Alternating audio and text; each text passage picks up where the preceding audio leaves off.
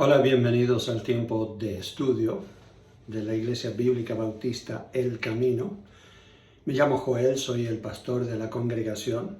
Wendy y yo seguimos en los Estados Unidos, así que no hemos podido viajar todavía. Tenemos una iglesia que nos queda para visitar. Ya estamos haciendo las investigaciones y llenando documentos para que podamos nosotros volver a Chile bajo los reglamentos y todo lo que exige el gobierno chileno por el COVID. Así que pedimos que estén orando por nosotros y que muy pronto podamos regresar y estar así con ustedes. Estamos en un estudio de Primera de Corintios y en ese estudio estamos viendo la iglesia que Satanás prefiere. Y muchos dirán, pero pastor, eso me parece ridículo, deberíamos estar estudiando mejor la iglesia que Dios prefiere. Bueno, el libro de Primera de Corintios está en la Biblia justo porque podemos nosotros aprender también de un ejemplo negativo, un ejemplo malo, de lo que no deberíamos ser como iglesia. Así que viendo eso y viendo que está en la Biblia para enseñarnos lecciones, en los últimos tiempos la Biblia dice que habrá amor hacia sí mismo, serán amadores de sí mismos las personas y realmente no habrá mucho amor ni por Dios ni por el prójimo. Y eso lo vemos en esta iglesia carnal. Vemos esto en una iglesia que realmente demuestra que prefiere las cosas que simplemente son superficiales o las que llenan sus apetitos y sus deseos físicos y no que son cosas que realmente agradan a Dios. Así que hemos visto eso en ese estudio, hemos visto que Satanás ataca a la iglesia con ataques externos pero también internos. Y si quieres saber más acerca de esto, podrías ver los videos que vienen antes de este video. Pero hemos visto hasta ahora 8 diferentes características de la iglesia carnal, la iglesia que realmente no agrada a Dios, que agrada más bien a Satanás, el enemigo de Dios. Primero, vemos que esta iglesia tiene miembros que crean divisiones y contiendas. Constantemente hay estos desacuerdos, hay problemas, divisiones y contiendas son las palabras que se ocupan en el libro de 1 de Corintios y especialmente en capítulos 1 al 3. Y después vemos que, segundo, no pueden digerir bien la palabra, o sea, no están creciendo espiritualmente y hay pasajes de la Biblia que simplemente no comprenden por falta de madurez. Número 3, edifican una vida por apariencias nomás. Quieren aparentar ser espirituales, pero realmente no lo son. Número 4, son sensuales, no son santos, se dejan guiar por sus sentimientos y por sus 5 sentidos, en lugar de ser entregados o consagrados a Dios, guiados por el Espíritu de Dios. Número 5, se creen sabios, pero no tienen una sabiduría de Dios, sino más bien una sabiduría que es terrenal de este mundo. Juzgan, pero no disciernen bien las cosas. Están juzgando lo que no deberían juzgar y no juzgan lo que deberían juzgar. Número 7, realmente no quieren recibir la corrección de otros, especialmente del liderazgo. Y número 8, confían en este mundo para que las leyes de este mundo resuelvan los conflictos entre hermanos cristianos y no van a la iglesia para que se resuelvan entre los espirituales en la congregación. Ahora, ahí terminamos el estudio la semana pasada, llegamos al número 8, pero han hecho preguntas algunos y les agradezco que hayan hecho estas preguntas porque se ve que están pensando y se ve que están también relacionando la palabra de Dios con lo que realmente sucede en el mundo y en las iglesias. Y me hablaron de algunos casos que habían experimentado en otras congregaciones y que yo personalmente también los he visto en otras congregaciones.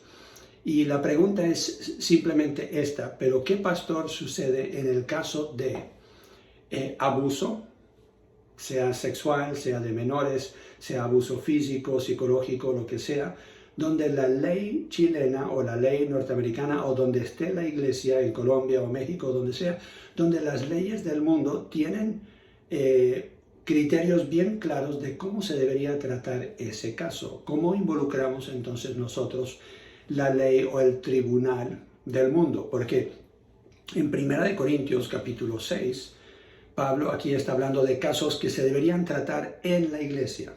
Dice en el versículo 1, ¿osa alguno de vosotros, cuando tiene algo contra otro, ir a juicio delante de los injustos y no delante de los santos? ¿O no sabéis que los santos han de juzgar al mundo? Y si el mundo ha de ser juzgado por vosotros, ¿sois indignos de juzgar cosas muy pequeñas? Ahora, ese es el punto. Son cosas pequeñas, son discusiones, divisiones, contiendas, desacuerdos entre hermanos en una congregación. Son cosas que tienen que ver o con negocios, o tienen que ver con preferencias, o tienen que ver con relaciones interpersonales, cosas que se deberían poder resolver en una congregación.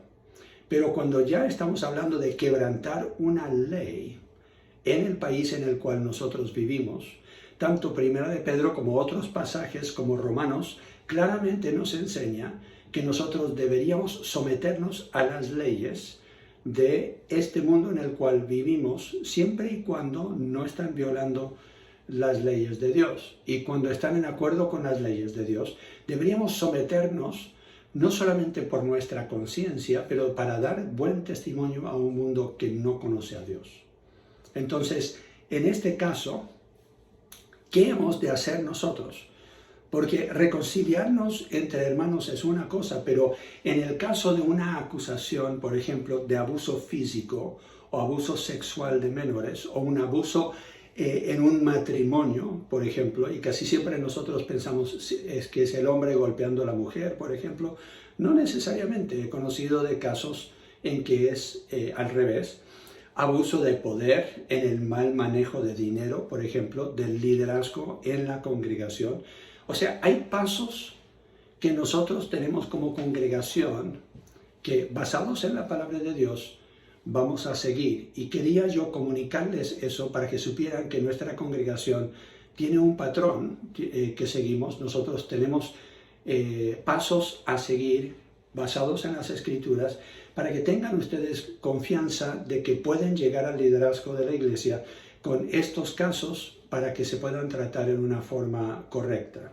Número 1, los pastores y los diáconos trabajan en conjunto para que no haya solamente uno que no se puede cuestionar. Y yo sé que es difícil para algunos de ustedes creer que los diáconos y los otros pastores nunca me van a cuestionar a mí. Muchos dirán, no, pero ¿quién va a apuntar al pastor Joel y decirle que está en pecado o que está en error? Lo deberían hacer, y esa fue una de las preguntas que yo le dije a los diáconos y a los pastores. Ustedes pueden servir siempre y cuando me pueden confirmar que tanto a mí como a algún otro pastor o algún otro diácono líder en la congregación, que ustedes pueden decirle o preguntarle esas preguntas bien difíciles de preguntar. ¿Cómo está tu relación con Dios? ¿Has estado viviendo realmente una vida separada y santa para el Señor? Y confrontarles con cualquier comportamiento que no refleja un comportamiento adecuado o correcto en cuanto a su posición de liderazgo, reflejando la responsabilidad que tiene como pastor o como diácono o como maestro en la escuela dominical o lo que sea. Así que los pastores y los diáconos que son acusados, primeramente el primer paso, los que no son acusados, van a entrevistar al que acusa con los testigos que tiene. Lo voy a volver a repetir para que se entienda y no haya confusión. Los pastores y diáconos que no han sido acusados van a entrevistar más de uno para que haya un acuerdo y puedan concordar todos con el testimonio que se ha dado. Van a entrevistar a la persona o a las personas que están acusando y a cualquier testigo que ellos tengan. Ahora, tenemos que ir a 1 de Timoteo capítulo 5. 1 de Timoteo capítulo 5, como yo les dije, esto se basa en principios, en preceptos bíblicos. Vamos a ir al versículo 17 y vamos a seguir leyendo hasta el 19.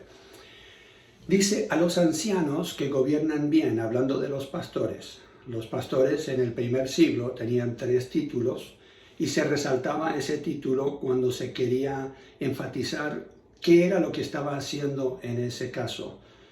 Si estaba gobernando, si estaba predicando, lo que fuera. Entonces se llaman ancianos, se llaman obispos o se llaman pastores. Y en este caso ocupa la palabra anciano. Los ancianos que gobiernan bien sean tenidos por dignos de doble honor. Mayormente los que trabajan en predicar y en enseñar. Está aquí hablando de una remuneración económica. Pues la Escritura dice, no pondrás bozal al buey que trilla, y digno es el obrero de su salario. Contra un anciano no admitas acusación sino con 2 o 3 testigos. ¿De dónde viene esta regla de 2 o 3 testigos? Viene del Antiguo Testamento, de Deuteronomio, donde la ley de Dios claramente dice que no se aceptará una acusación, especialmente a líderes, sin que haya otra persona, por lo menos 2 personas que lleguen a un acuerdo de qué fue lo que sucedió y qué fue lo que estuvo incorrecto. ¿Por qué?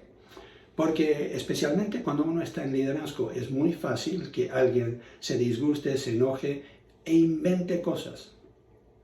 Ahora, yo sé que hay algunos casos en que no hay testigo, que se hizo algo en secreto, y voy a hablar de eso en unos momentos, para que entiendan qué es lo que hacemos nosotros para que eso no suceda.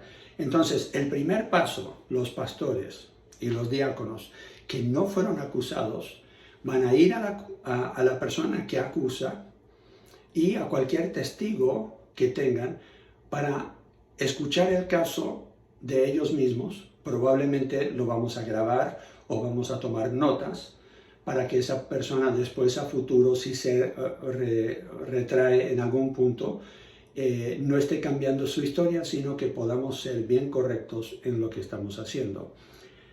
Porque cuando una acusación de estas se trae contra un pastor, un diácono, una maestra de escuela dominical o quien sea, es un caso serio y lo tenemos que tratar como tal. Segundo, los pastores y diáconos que no son acusados entrevistarán al acusado y a cualquier testigo que tenga que apoye lo que sucedió de acuerdo a su punto de vista.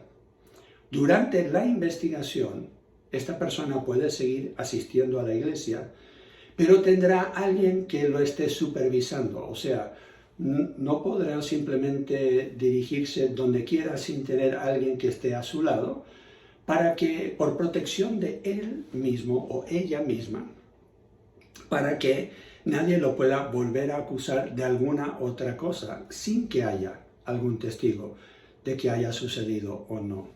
Y para que sea más difícil que la gente venga y simplemente comience a tener una riña, una pelea, un pleito con ellos y acusándolo o teniendo un problema en público cuando ellos ni siquiera saben todo el caso y qué es lo que se está haciendo, porque todavía está bajo investigación. Tercero, si la acusación tiene mérito, se suspende toda actividad de ministerio del acusado o la acusada hasta que se complete la investigación. Pongamos el caso. Hay una maestra o un maestro de escuela dominical y hay un joven menor de edad que ha dicho que hubo algo de abuso sexual. Vamos a saber qué clase de abuso fue, hasta qué punto llegó. Y esta persona que es acusada no podrá enseñar escuela dominical, no podrá estar con esos niños, no podrá salir en un viaje a campamento con los jóvenes o cualquier cosa así. Será apartada de esos ministerios hasta que se complete la investigación. Y en este caso, ya cuando la acusación tiene mérito, se comunica a la congregación de acuerdo a lo que dice 1 de Pedro, capítulo 5, estamos ahí, ya leímos el versículo 19, entonces leemos el versículo 20 y 21. A los que persisten en pecar, repréndelos delante de todos para que los demás también teman. Te encarezco delante de Dios y del Señor Jesucristo y de sus ángeles escogidos, que guardes estas cosas sin prejuicio, no haciendo nada con parcialidad.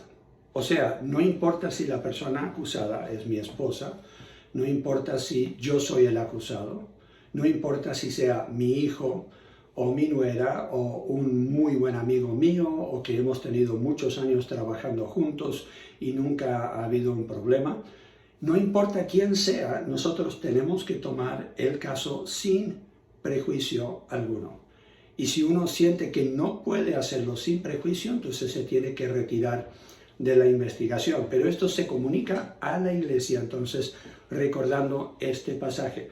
Dios es un Dios de orden, Él hace las cosas como se deben hacer, siempre viendo no solamente la gracia y la misericordia, pero también la verdad. Hay un equilibrio que tenemos que encontrar. Y muchos dicen, no, pero tenemos que mostrarle mucha gracia, mucha misericordia, tenemos que perdonar. No, tenemos que investigar y llegar a la verdad. La gracia y la misericordia tienen su parte, pero también por amor a la persona que fue abusada o la persona que está trayendo la acusación, tenemos nosotros que investigar hasta el último detalle que tenga algo que ver con el caso. Si la acusación tiene mérito, se llama a las autoridades. No solamente se comunica a la congregación, pero de inmediato, por ley, también para nosotros asegurarnos delante de la ley, tenemos nosotros como iglesia comunicar a las autoridades competentes para que investiguen el caso. Y si las pruebas son claras y se establece el caso, se comunica de nuevo a la congregación lo que dice el versículo 20. A los que persisten en pecar, repréndelos delante de todos, para que los demás también teman. Entonces tenemos que dejar en claro. Ahora, yo conozco de un caso, voy a hablar de un caso aquí en los Estados Unidos, para que no se imaginen de quién estoy hablando o de qué iglesia estoy hablando. Un pastor de jóvenes fue acusado. Hubo suficiente prueba para creer que la persona que estaba acusando estaba diciendo la verdad. Una niña si recuerdo bien, eran 16 o 17 años, había tenido relaciones íntimas con este pastor de jóvenes. Y él fue acusado después de haberse aprovechado de la situación de consejería en la que estaba, y la iglesia no lo manejó de la mejor forma. No hablaron con la congregación, llamaron a las autoridades, sí, pero se demoró el caso, y se demoró tanto que él seguía en la congregación, seguía con contacto de los jóvenes y seguía también recibiendo su sueldo. Ahora, alguno dirá, pero uno es inocente hasta que se ha comprobado que no lo sea. Y eso es cierto, la ley aquí en los Estados Unidos exige eso. Pero igual deberían haber hecho algunas cosas de las cuales voy a hablar en unos momentos para asegurar la protección de esos jóvenes. Debería haber sido removido inmediatamente de la aula de clase. No se le debería haber permitido acceso a las personas que estaban acusando para tratar de forzarlos a ellos a cambiar su historia, lo que ellos habían hablado, y se debería haber controlado un poco mejor la situación. Lo que terminó sucediendo es que la iglesia perdió confianza en el liderazgo, en la forma en que lo manejaron, y la iglesia se dividió, y más de la mitad de la congregación poco a poco se fue, y especialmente en redes sociales, donde la gente que ni siquiera sabe de lo que está hablando comienza simplemente a repetir lo que han escuchado, y el cahuín va corriendo por las redes sociales. Entonces mucha gente simplemente creyó, en algunos casos, una mentira, en otros casos creyeron la verdad, pero ellos tampoco extendieron la cortesía al liderazgo de la iglesia para ir y hablar directamente con ellos y averiguar si lo que ellos estaban escuchando o viendo en las redes sociales era verdad o no. Muchas personas se sintieron heridas, dañadas, confundidas, sintieron que pusieron en peligro a sus propios hijos, a sus propias hijas, y entonces se fueron de la congregación y ahora están en otra. Algunos se fueron de la iglesia y hasta el día de hoy no han encontrado iglesia, tengo entendido por lo que me dicen.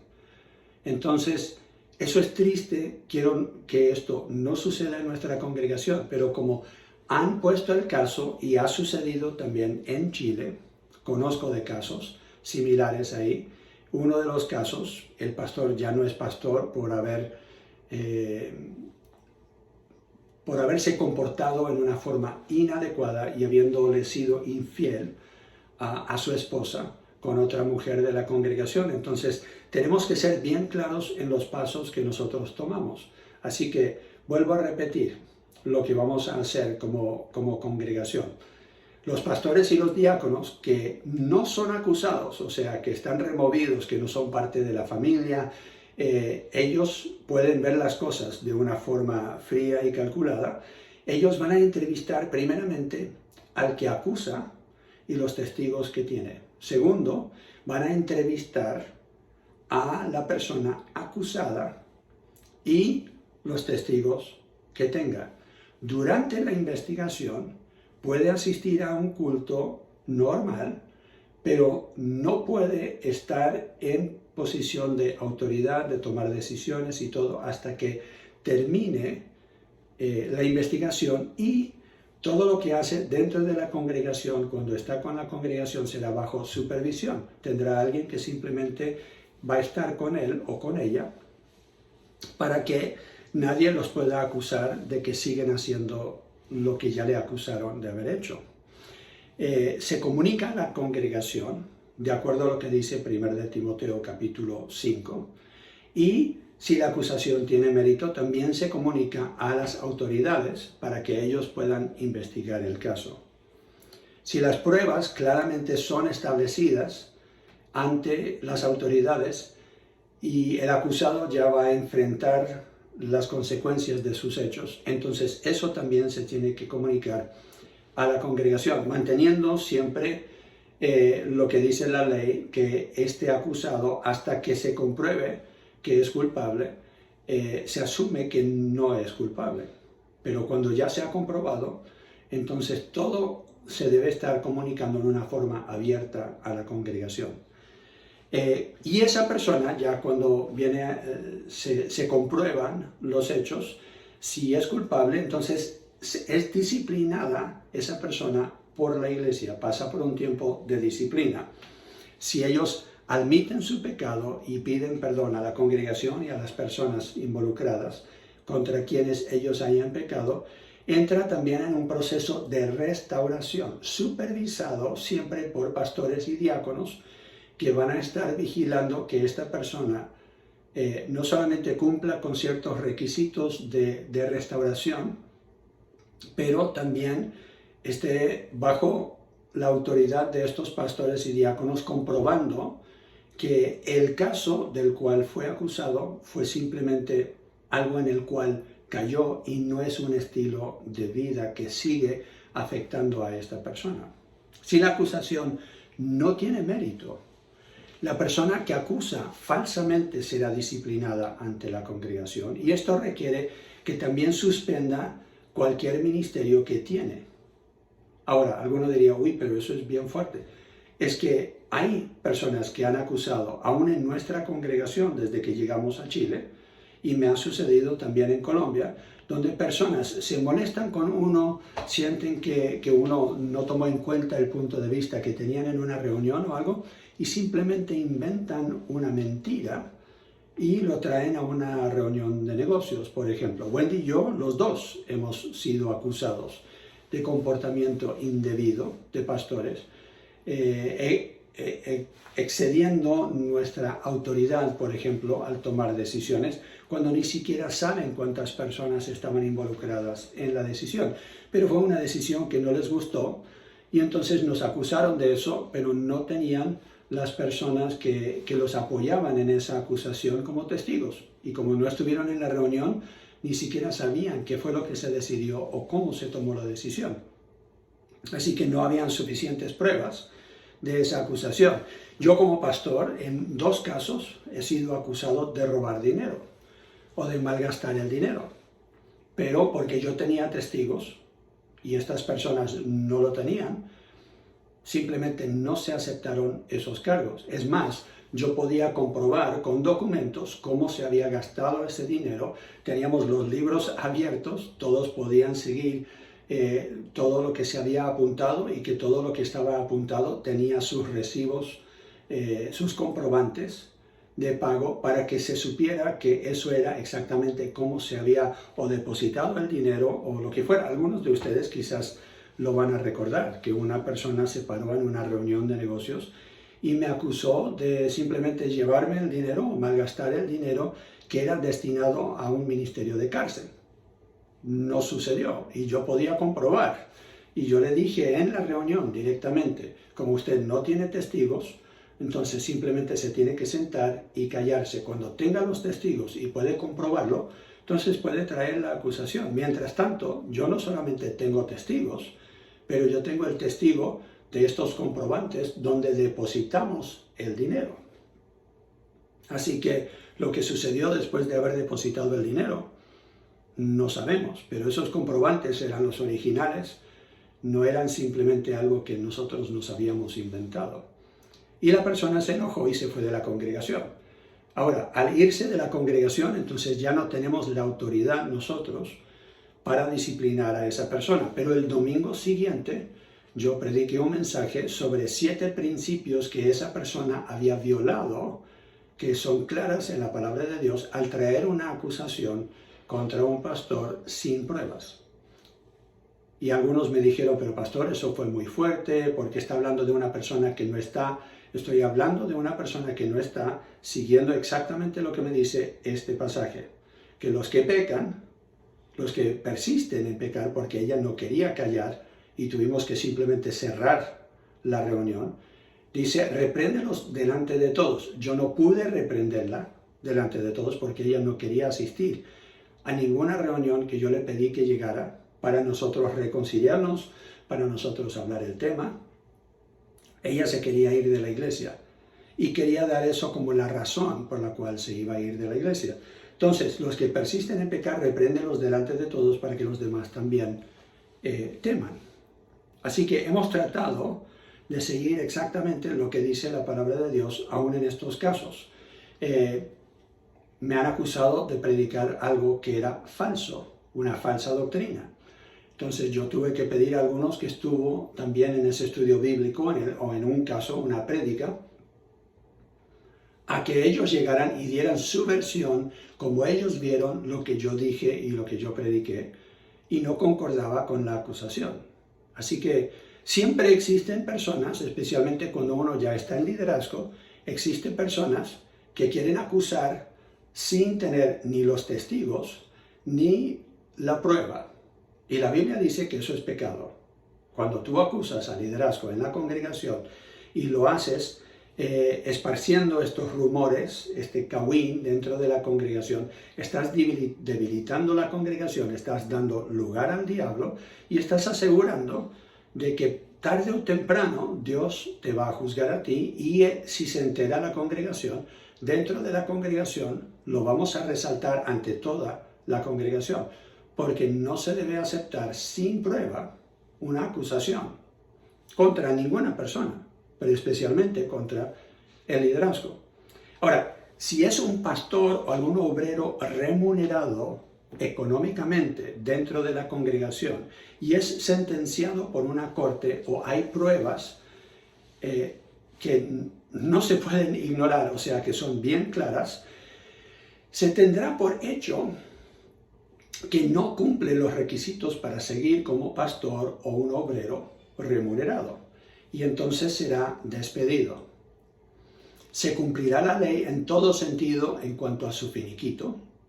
En el caso de que tenga cónyuge que no sea culpable o hijos menores, su sueldo completo o en parte, por unos meses o por más tiempo, se tendrá que decidir dependiendo de la situación, se seguirá pagando, se seguirá depositando, pero ya como una ofrenda. O sea, se va a aclarar que esto simplemente es una ofrenda para ayudar a la familia que fueron simplemente inocentes en todo este caso.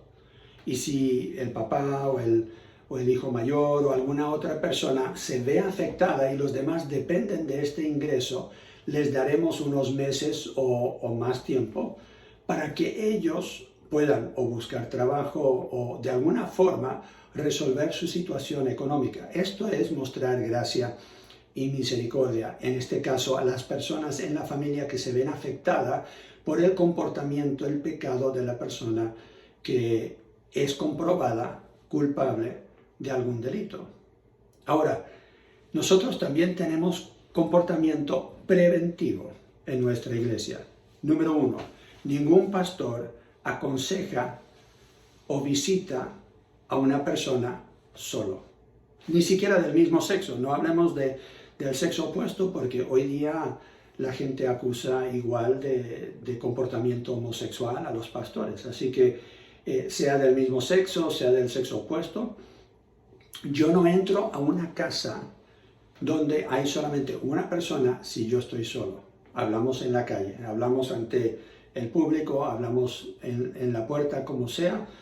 Espero que esas personas entiendan, pero yo simplemente no lo hago. Y es por esto que Wendy y yo hacemos todo juntos.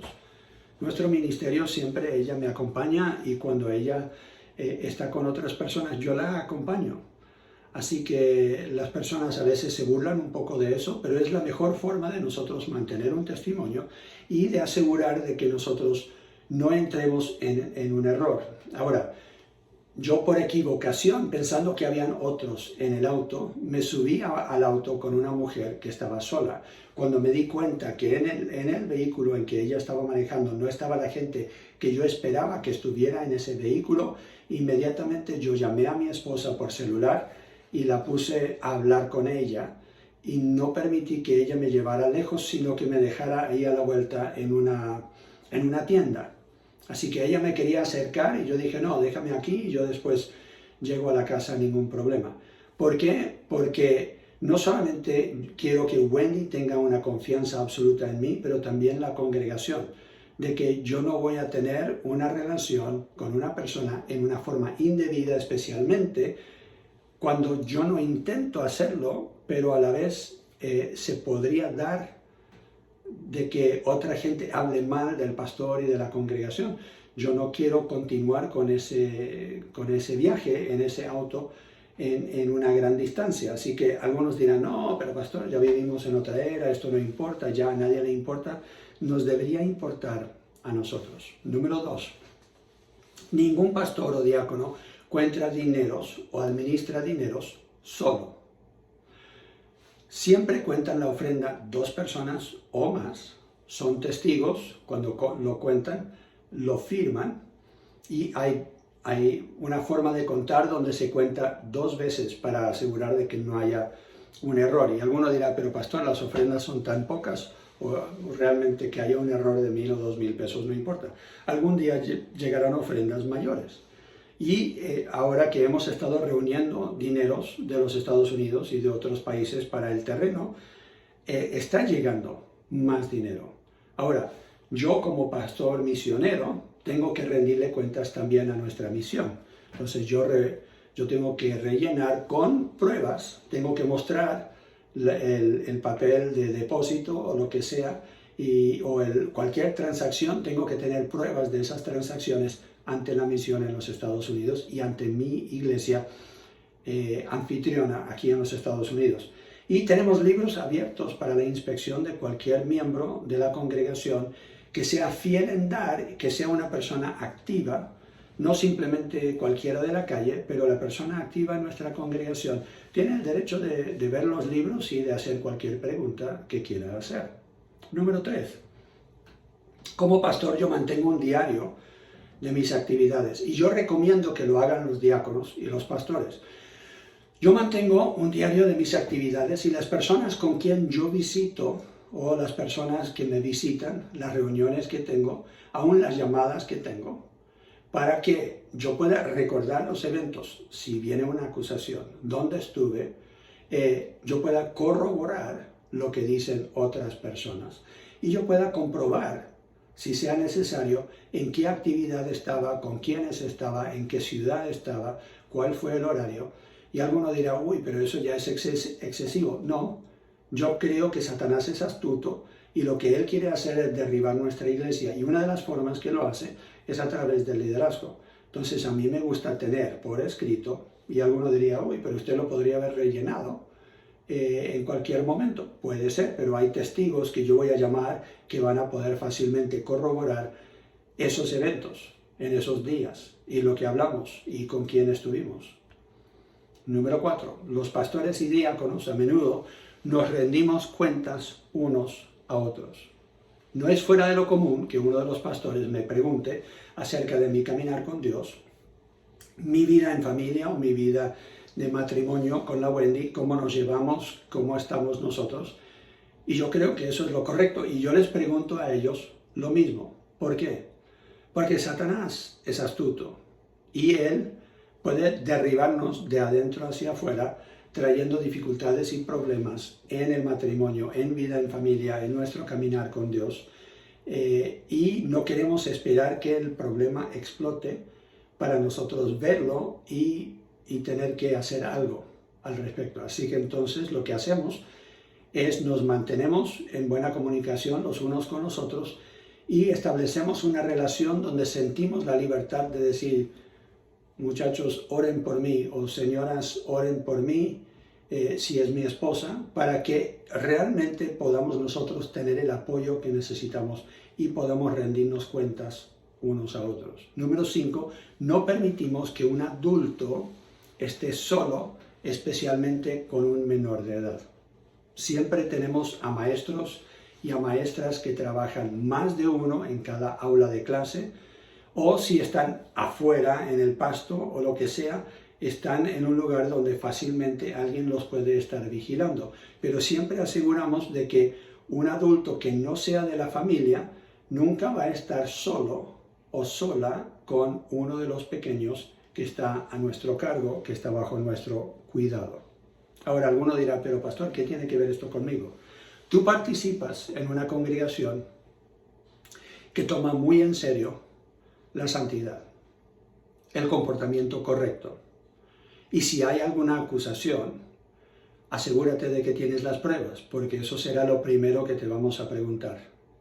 Porque el Kawin es la herramienta de Satanás que ocupa para hacer que los miembros de la congregación desconfíen en el liderazgo de la congregación, y eso trae divisiones y debilita a la congregación. Así que si alguien te cuenta algo, deberías tú decirles, has hablado directamente con esta persona que estás acusando, has hablado con el liderazgo, y si no, entonces están pecando, porque están desobedeciendo literalmente instrucciones bien claras, mandamiento bien claro de Jesucristo en Mateo 18. Así que esto ya lo hemos hablado más de una vez. ¿Qué tienes que hacer entonces? Tienes que confiar en el proceso, tienes que confiar en el liderazgo. Si no hay pruebas, confía, eso es lo que dice la Biblia. Segundo, no juzgues antes de tiempo, permite que todo el proceso se dé, que todo este proceso de investigación, se termine.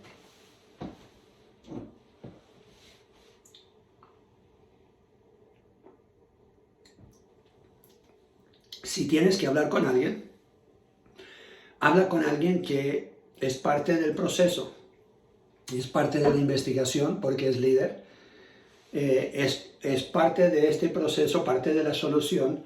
No estés regando simplemente información que no se puede comprobar, que no es apoyada con hechos o con pruebas.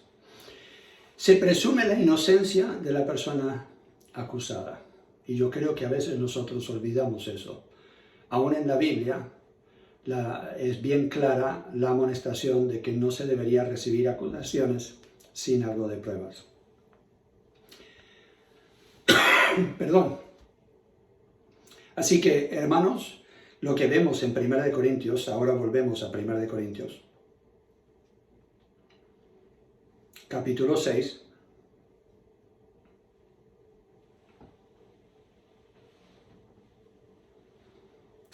y dice el versículo 12, todas las cosas me son lícitas, mas no todas convienen. Todas las cosas me son lícitas, mas yo no me dejaré dominar de ninguna.